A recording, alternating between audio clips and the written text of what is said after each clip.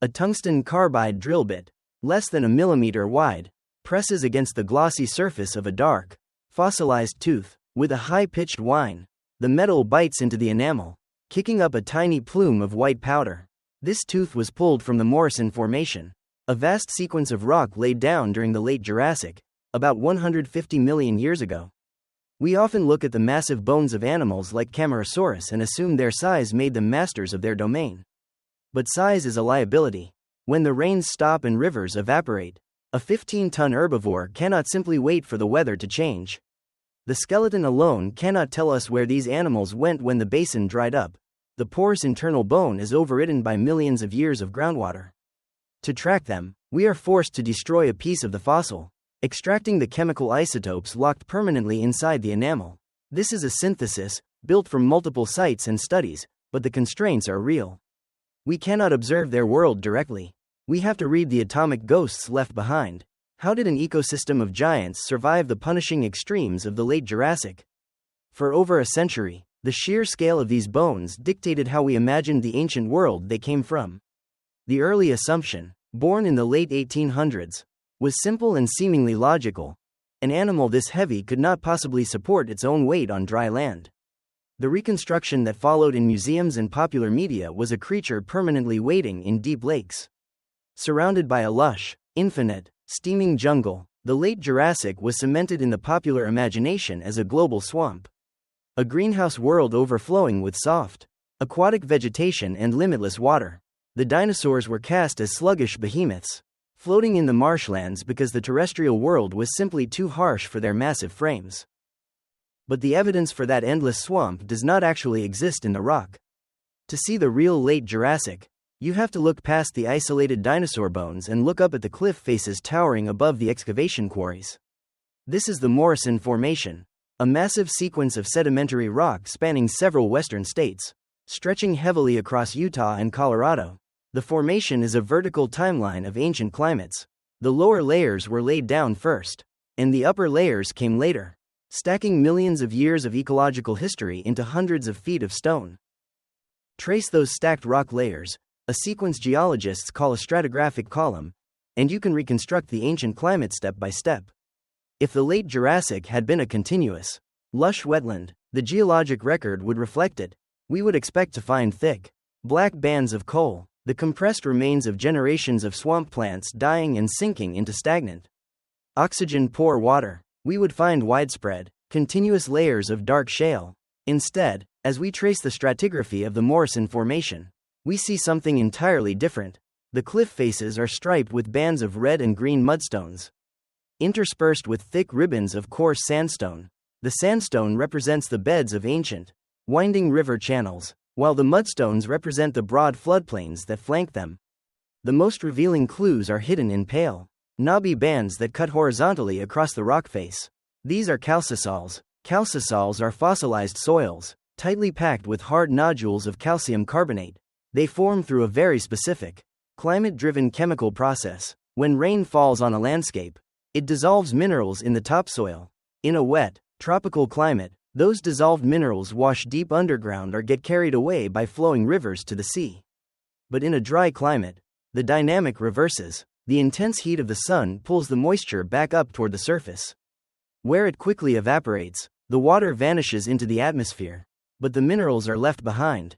Over thousands of years, these minerals bake into hard, pale crusts just below the surface of the dirt. Finding widespread calcisols packed into the upper layers of the Morrison Formation acts as a direct climatic fingerprint. It tells us that in this environment, evaporation consistently outpaced precipitation. SRCO5, Strat Column, Synthesis. 2004. Alongside these fossilized soils, geologists find lenses of evaporite minerals.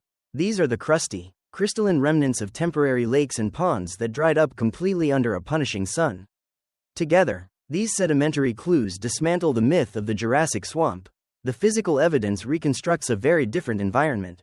This was a semi-arid savanna. There were river corridors lined with drought-resistant conifers, cycads, and ferns, but these green ribbons were separated by vast, open floodplains that baked under intense heat. The ecosystem was driven by brutal extremes, a brief, vital wet season followed by a prolonged and desperate dry season. SRCO5, Strat Column, Synthesis. 2004. This environmental reframe changes everything about how we view the animals buried here. A reconstructed Camarasaurus, constrained by this geologic reality, is not a sluggish swamp monster. It is a towering, fully terrestrial engine navigating a harsh, dusty landscape. It walked upright on pillar-like legs, fully capable of supporting its own massive bulk without the buoyancy of a lake. But living on land in a semi-arid climate presents a severe biological problem. An adult Camarasaurus weighed over 15 tons. A body of that size requires an immense, continuous intake of calories and hundreds of gallons of water a week just to maintain basic metabolic function. When the seasonal droughts hit the Morrison Basin, the rivers shrank into isolated, muddy pools, the vegetation browned, stopped growing, and died back. The resources required to keep a 15-ton animal alive simply ceased to exist in the lowlands.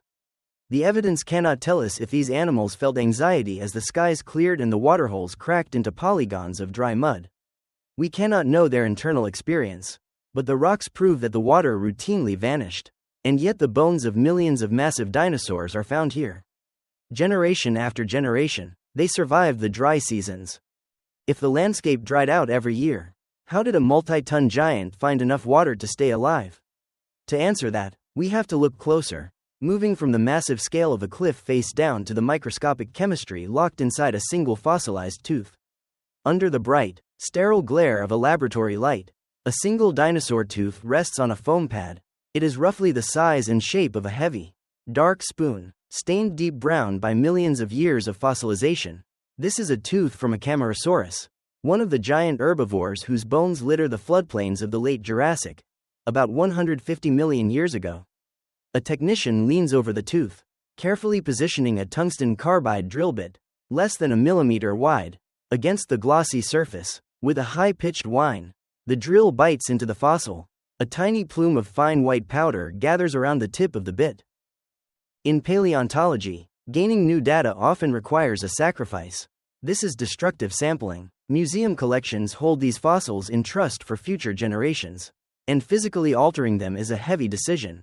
Weighed carefully by curators, the tooth cannot be put back together once it is drilled, but the white powder being collected in a tiny glass vial holds a record of the Jurassic world that cannot be seen with the naked eye, nor measured with calipers. It holds chemical ghosts. To understand how animals the size of buildings survived in a landscape defined by brutal seasonal drought, we have to look at the invisible atomic building blocks locked inside their teeth. The technician is drilling specifically into the enamel, the hard outer coating of the tooth. When a dinosaur dies and its skeleton is buried in mud, groundwater slowly percolates through the remains. Over millions of years, the porous internal structure of the bones acts like a sponge, absorbing minerals from the surrounding rock. The original chemical signature of the living animal is largely erased, overridden by the chemistry of the fossilization process. But tooth enamel is different. It is incredibly dense, acting almost like glass. Once a tooth finishes growing in the jaw of a living dinosaur, the enamel locks in its chemical composition. It creates a sealed, localized time capsule that resists alteration, preserving the exact chemistry of the environment the animal was moving through while that specific tooth was forming. The white powder is moved to a mass spectrometer. This machine takes the powdered enamel, vaporizes it, and uses strong magnetic fields to sort the individual atoms by their weight. The researchers are looking for two specific elements, oxygen and strontium. In nature, elements exist in slightly different weights, called isotopes. These isotopic variations do not change how the element behaves biologically in the animal's body, but they act as a geographic fingerprint on the landscape. Oxygen isotopes in rainwater vary depending on elevation and temperature. Rain falling on cool, high mountain peaks has a different ratio of heavy to light oxygen than rain falling in a hot, lowland basin. Strontium, on the other hand, comes from the earth itself. It is weathered out of solid bedrock, washing into the soil where it is absorbed by the roots of growing plants. Because different mountain ranges and valleys are made of rocks of different geological ages, the strontium ratio in the soil is highly specific to local geography. When a Camarasaurus drank from a river, it absorbed the local oxygen. When it stripped the leaves off a cycad, it absorbed the local strontium. Those elements circulated through its bloodstream and were laid down, microscopic layer by layer, in the enamel of its growing teeth. Because teeth grow continuously from the base to the tip, the researchers do not just take one sample. They use the micro drill to take a series of samples sequentially along the length of the tooth, tracking the animal's life over time. When the powdered samples are run through the mass spectrometer, the machine outputs a line graph. This plot is a chronological record of where the animal was living over the months it took for the tooth to form. If the Camarasaurus had lived its entire life in the lowland basin, wading in a permanent swamp or grazing near a stable river, the graph would show a flat, consistent line. The oxygen and strontium values in the tooth would perfectly match the isotopic values of the mudstone quarry where the dinosaur's skeleton was eventually found. But the data plot is not flat. It is a jagged wave. The isotopic signatures at the base of the tooth match the local basin. But as the researchers read up the length of the enamel, the chemistry shifts drastically. The oxygen values drop, indicating the animal began drinking cooler water from higher elevations. Simultaneously, the strontium values spike, deviating completely from the lowland soil. The chemistry locked in the enamel proves that this animal was not consuming local water or vegetation for a significant portion of the year. The isotopes in the upper part of the tooth match the geological signature of the ancestral highlands, a mountainous region located hundreds of miles to the west of the Morrison Basin. SRC01, paper. 2011. This chemical mismatch completely rewrites our understanding of dinosaur behavior. The data strongly infers that adult Camarasaurus did not just passively endure the dry season, they escaped it. When the rains stopped and the basin vegetation withered, these 15-ton giants formed herds and executed massive, continent-spanning migrations. A reconstructed view of this ecosystem, constrained by the isotopic data, shows columns of massive herbivores marching westward toward the highlands. Following the retreating water table, they traded the evaporating floodplains for the cooler, wetter slopes where ancient bedrock provided the strontium now trapped in their teeth. Months later, as the wet season returned to the lowlands and the basin flushed green with new growth, the herds migrated back. SRC01, paper. 2011. The evidence cannot tell us the exact, winding trails they took. It cannot tell us if they migrated in tight family units or loose, opportunistic aggregations. What it does support, unequivocally, is that the late Jurassic was not a static world. It was a dynamic, moving ecosystem, pumping millions of tons of biological mass across the continent in rhythm with the changing weather. But this behavioral adaptation introduces a severe biological bottleneck. Migration is a strategy of endurance. A 100-mile trek across an arid landscape requires immense caloric reserves, a massive stride length, and the physical stamina to keep moving when water is scarce. An adult Camarasaurus, or its towering cousin Brachiosaurus, possessed the sheer scale to make that journey. But dinosaurs laid eggs. When a Morrison sauropod hatched, it weighed only slightly more than a modern goose. It possessed a fraction of the mass, the stride, and the fat reserves of the adults. The physical mechanics of a massive seasonal migration would have been impossible for a newly hatched juvenile. If the adults abandoned the drying basin to survive the drought, the young were likely left behind, trapped in an environment rapidly losing its water and vegetation. And they were not alone in the lowlands. The basin was populated by apex predators perfectly adapted to taking down vulnerable prey. For a juvenile sauropod, unable to walk away from danger, survival meant finding another way to escape the threat. A technician slides a sliver of glass onto the glowing stage of a polarizing microscope. Through the eyepieces, the image blooms into a kaleidoscopic mosaic of bright pinks, blues, and stark blacks. This is a thin section of bone, cut from the fossilized femur of a juvenile Brachiosaurus. To get this sample, researchers used a diamond-tipped saw to slice straight through the shaft of the fossil, polishing the resulting wafer until it became thin enough for light to pass through. It is another destructive process, but it is the only way to see the internal architecture of how a dinosaur grew. We are looking back into the late Jurassic, about 150 million years ago, but on a cellular level. In a landscape where small prey faced immense pressure, this bone holds the secret to their survival. If we look at fossil trackways from this era, they offer broad clues about group behavior. Deep, massive footprints often show groups of adult sauropods moving together in the same direction, indicating herd structure, but those trackways rarely show the tiny, frantic footprints of hatchlings marching in lockstep with the multi-ton adults. The physical evidence for close, protective parenting. the kind we see in modern elephants, where the herd physically shields the young from predators, is absent in the Morrison Formation. In fact, many fossil bone beds suggest that juvenile sauropods often lived in age-segregated groups, perhaps seeking the dense cover of the river-lining forests while the massive adults roamed the open floodplains. We cannot observe their behavior. We cannot watch how they hid, but we can measure the physiological cost of their vulnerability. For a juvenile Brachiosaurus, trapped in the basin while the adults migrated, the primary defense against the jaws of an Allosaurus was size. The faster a young dinosaur could grow, the faster it could push itself out of the preferred prey size bracket of the local predators. But measuring the growth rate of an extinct animal requires finding a biological clock. Under the microscope, the bone tissue is not a uniform mass. It is marked by distinct, dark bands that form concentric circles, following the outer curve of the bone. These are lines of arrested growth, or lags. They function very much like the rings of a tree. During periods of environmental stress, like the brutal Morrison dry season, when food was scarce and nutrition plummeted, the dinosaur's metabolism would slow down to conserve energy. The deposition of new bone would stall, leaving a dense, dark line in the cellular structure. When the rains returned and food became abundant again, rapid bone growth would resume. By counting these lags, histologists can determine exactly how many years the animal lived. SRCO4, paper. 2012. But the true revelation lies in the space between those dark lines. In modern reptiles, like crocodiles, the bone tissue laid down between yearly growth rings is dense and highly organized, indicating a slow, steady metabolism. A crocodile takes decades to reach its maximum size.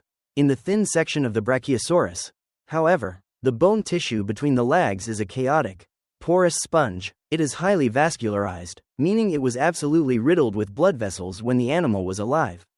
This specific type of disorganized, heavily vascularized tissue is a direct signature of explosive, accelerated bone deposition. SRCO4, paper. 2012.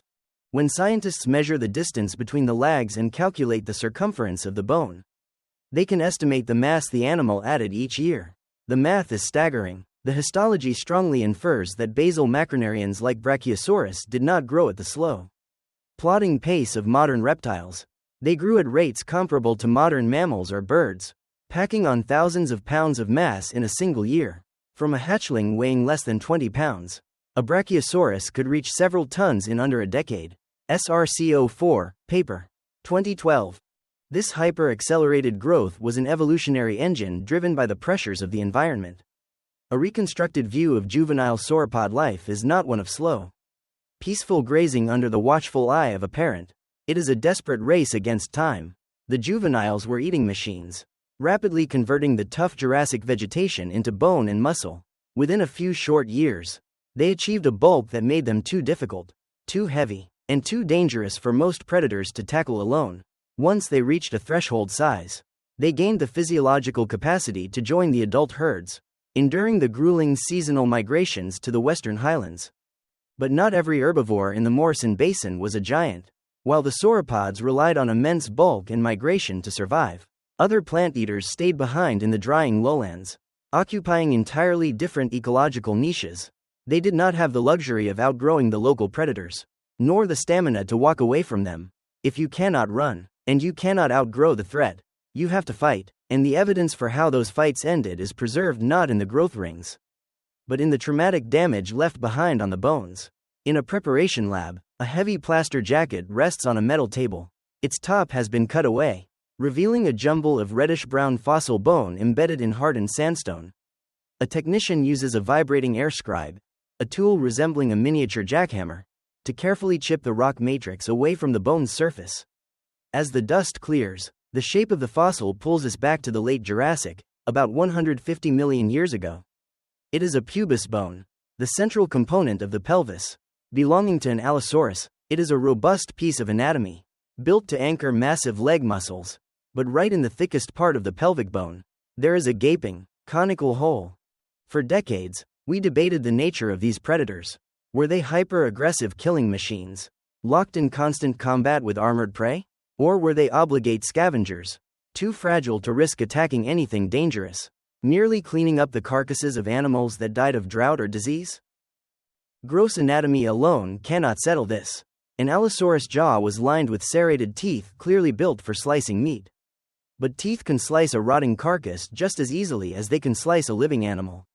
To prove active hunting, we need direct evidence of two animals interacting while both were still alive. The technician flips the cleaned Allosaurus pelvis, exposing the full depth of the puncture. The hole is not jagged or crushed, which is what we would see if the bone had been trampled by a sauropod long after death. It plunges cleanly through the pelvic structure. When researchers measure the dimensions of the puncture, the negative space perfectly matches a very specific weapon, the heavy, elongated bone spikes located at the end of a Stegosaurus tail. The geometry strongly infers that a Stegosaurus swung its tail with immense force, driving a spike directly into the groin of the Allosaurus. But geometry alone only proves an impact. It does not prove combat. If the Allosaurus was already dead and lying on its side, a frightened or agitated Stegosaurus could have simply struck the carcass. To see if this was a true life and death struggle, the bone is taken out of the prep lab and moved into a medical imaging facility. The fossil slides into a CT scanner. The machine uses X-rays to take thousands of cross-sectional images, allowing researchers to look inside the solid rock and bone without destroying it. As the CT slices scroll across the monitor, the boundary between the fossilized bone and the dense sandstone filling the hole becomes clear. But the scanner reveals something else, a bright, dense halo of tissue ringing the edges of the puncture wound. SRCO2, paper. 2005.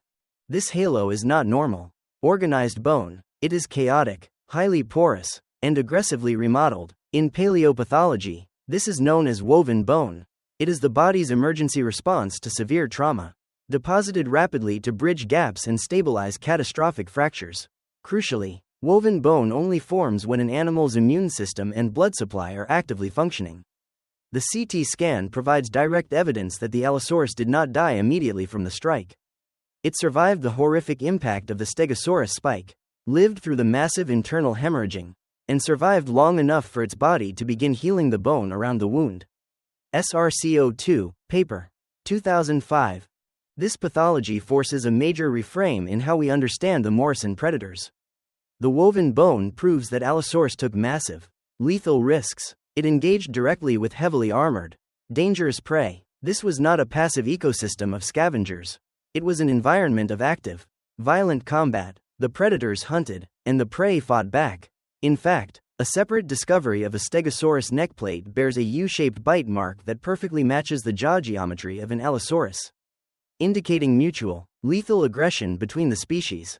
SRCO2, paper. 2005. A reconstructed view, constrained by these pathologies, shows Allosaurus as a capable and daring apex predator. When the wet season was abundant, it actively stalked the floodplains, risking horrific injury to secure a kill. But biology is always dictated by the environment. Combat is a high-reward strategy only when prey is plentiful enough to justify the risk. When the brutal Morrison dry season reached its peak, the rules of survival changed. The giant sauropods had migrated away. The armored herbivores that remained were entrenched, dangerous, and increasingly scarce. As the waterholes evaporated into mudflats, the predator population found itself trapped in a shrinking ecosystem with a collapsing food web. When active hunting becomes mathematically impossible to sustain, how do apex predators survive? The answer lies buried in one of the most chaotic, densely packed bone beds ever discovered. A drone hovers high above the arid scrubland of western Colorado, looking down at a massive excavation site known as the Myget Moor Quarry. From the air, the quarry floor is overlaid with a stark white grid made of tightly pulled string, dividing the dirt into precise 1-meter squares. Inside these squares, the ground is littered with dark, fossilized bones, anchoring us back in the late Jurassic, about 150 million years ago. Unlike the isolated, perfectly preserved Camarasaurus femur found in the sandstone cliffs, the bones here are a chaotic, fragmented mess. Paleontologists use the string grid to map the exact coordinates of every single bone fragment before it is removed from the ground. This meticulous field routine is essential. The spatial relationship between the fossils, their taphonomy, is the only way to understand how this massive graveyard formed. When researchers plot the coordinates of the Myget Moor bones, a grim picture emerges. There is no articulation here. You do not find an Allosaurus skull neatly attached to its neck, leading down to a complete ribcage. The skeletons have been completely blown apart, the bones scattered, trampled, and mixed together. We find the massive limb bones of Apatosaurus lying across the shattered ribs of Ceratosaurus, mixed with the shed teeth of Allosaurus. The sheer density of bones in this one location might suggest a sudden, catastrophic event. It looks like the aftermath of a massive flood or a volcanic eruption that wiped out a whole herd in a single afternoon. But the taphonomic evidence constrains that idea entirely. The bones in the grid show drastically different levels of weathering. Some fossils are smooth and pristine, indicating they were buried rapidly by mud soon after the animal died. But right next to them, in the exact same square meter, other bones are deeply cracked, flaked, and splintered. This type of damage only occurs when a bone has been left exposed to the sun, baking on the dry surface of the floodplain for months or even years before finally being buried. This variation in weathering proves that the Myget-Moore quarry is time-averaged. It is not a snapshot of a single day. It is an accumulation of death built up over centuries. SRCO3, paper. 2020. As the seasonal droughts ravaged the Morrison Basin, the few remaining waterholes became death traps. Animals congregated around the shrinking puddles, desperate for moisture. The weak, the sick, and the young died of dehydration. When the brief, violent wet season finally returned, flash floods washed across the baked mud flats. These floods swept the sun-bleached skeletons and the newly dead into low-lying depressions, covering them in a thin layer of silt. The next year, the drought returned, the waterhole shrank again, and more animals died on top of the older graves. The Myget-Moore quarry represents the ecosystem at its absolute breaking point. It is a physical record of the brutal dry seasons that the migrating Camarasaurus herds were marching to escape. But the time-averaged nature of the quarry presents a severe constraint. Because the bones were scattered by floods and trampled by thirsty dinosaurs over hundreds of years, we cannot reconstruct individual events. We cannot look at an Allosaurus tooth lying next to an Apatosaurus femur and definitively say the predator killed that specific herbivore. However, with so many predators trapped in a shrinking waterhole, surrounded by the rotting carcasses of animals succumbing to the drought, the bones themselves should bear the physical marks of feeding. If we want to understand how the apex predators survived when the food web collapsed, we have to stop looking at the arrangement of the bones in the dirt and start looking at the microscopic surface of the bone itself. A small, dark fossil rests under the lens of a high-resolution 3D surface scanner. The object is a single, fragmented rib bone, pulled from the late Jurassic, about 150 million years ago. To the naked eye, the surface looks rough and heavily weathered, typical of the time-averaged chaos found at the Myget-Moore quarry. But as the scanner sweeps a laser across the fossil, mapping its topography at a microscopic level, a stark pattern emerges on the digital monitor. The computer renders the surface of the bone in exaggerated color to highlight depth. Suddenly, what looked like random scratches in the rock are revealed to be deep, parallel gouges. They are U-shaped troughs, carving straight through the dense outer layer of the bone. Finding bite marks in a dinosaur bone bed is not unusual. Predators have to eat. But the taphonomic baseline, the normal expected rate of bite marks in most Jurassic quarries, is extremely low, usually appearing on fewer than 5% of the bones. Predators generally target the soft organs and massive muscle groups of the gut and thighs, avoiding the hard bone entirely to protect their teeth. At Myget-Moore, the surface scanning reveals a massive anomaly. Approximately 29% of all the bones recovered from this quarry feature deep, destructive bite marks. SRCO3, paper. 2020. This frequency of bone modification is unprecedented for the Morrison Formation. It suggests a level of feeding intensity that goes far beyond standard predation. But to understand exactly who was doing the biting, researchers use digital calipers to measure the microscopic distance between the parallel striations inside the gouges. These striations are left behind by the serrations on the edge of a predator's tooth, acting almost like a barcode scraped into the bone. The measurements rule out crocodiles, which lack serrated teeth. The striations match the inter-tooth spacing of the large theropods found in the quarry, predators like Ceratosaurus and, predominantly, Allosaurus. SRCO3, paper. 2020. The 3D scanning maps these bite marks across the skeletal anatomy. The gouges are not just on the massive leg bones. They are found heavily concentrated on areas of extremely low nutritional yield, the intricate bones of the toes, the thin neural spines of the vertebrae, and the ends of the ribs. A primary hunter, taking down a fresh kill, does not waste time scraping its teeth against a toe bone. Bite marks on these low-yield areas strongly infer that the predators were scavenging carcasses that had already been stripped of their major muscle masses. They were desperate. They used their jaws to scrape the last rotting remnants of flesh and connective tissue off skeletons that had been baking in the sun for days. This is the grim reality of the Jurassic dry season. The noble, active hunter that survived the Stegosaurus strike was, when forced by the environment, reduced to a starving opportunist. But the surface scanning reveals one final, brutal constraint on how this ecosystem functioned during a drought. The heavily bitten, low-yield rib currently under the scanner does not belong to a sauropod. It does not belong to an armored herbivore. The anatomy of the bone identifies it clearly as the rib of an Allosaurus, and the serration marks carved into it match the teeth of an Allosaurus. SRC03, paper. 2020. This is a macro reframe of the Morrison food web. The evidence proves that the ecosystem collapsed so completely during the seasonal droughts that the apex predators resorted to cannibalism. We cannot know the behavior behind the marks. The evidence cannot tell us if a starving Allosaurus actively hunted and killed a weaker member of its own species, or if it simply stumbled across the sun-baked carcass of a rival and began to feed. What the striations do support, unequivocally, is that when the water vanished and the giant herbivores migrated away, the predators trapped in the basin turned on each other to survive. The Mygot Moor Quarry is a monument to desperation. It records a biome running out of energy, forced to consume itself until the rains returned. The massive, robust bones of the cannibals and the giants survive deep time to tell this story. But the brutal mechanics of this dry season also dictate what is entirely missing from the fossil record. A flat slab of pale rock is carefully illuminated from a low angle, pulling us back to the late Jurassic, about 150 million years ago. Etched into the surface of the stone is a chaotic scatter of tiny, fragile bones, none larger than a human finger. They are splintered and incomplete. If you did not know what you were looking for, they might seem like random debris, but a comparative anatomist can read the delicate hinges of the ankle joints and the hollow structure of the long bones. These are the fragmentary remains of a small, feathered Paravian dinosaur named Hesperonothoides. SRC06, paper. 2019.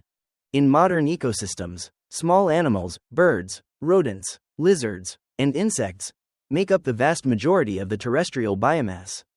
They occupy every conceivable niche in the underbrush, driving the base of the food web.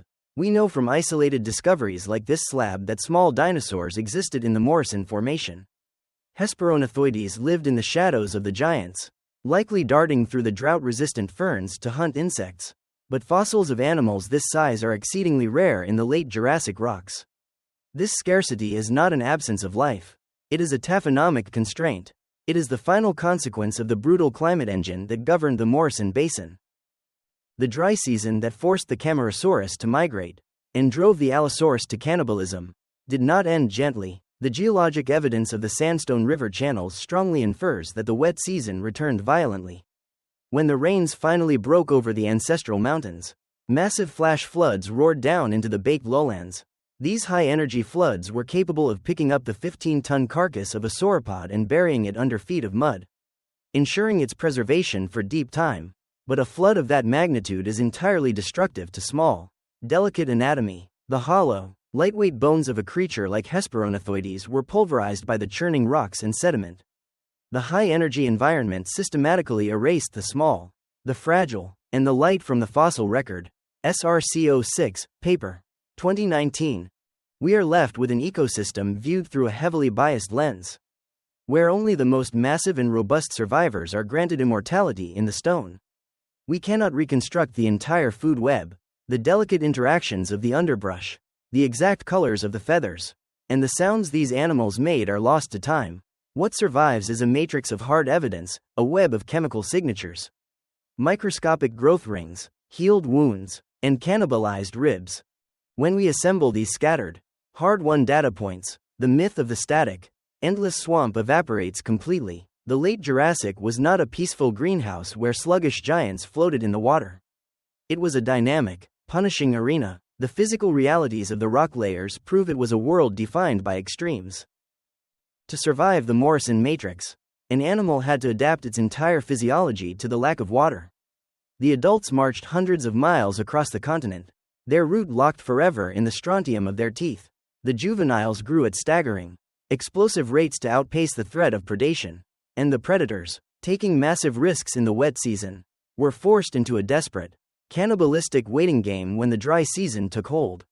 The camera pulls back from the tiny, fragmented bones of the Paravian, moving out of the lab and returning to the towering cliff faces of the American West. The pale bands of the calcicals still cut sharply across the red mudstone. The rock holds the memory of the drought. It stands as direct, physical proof of a harsh, beautiful, and unforgiving ancient world, an ecosystem of giants.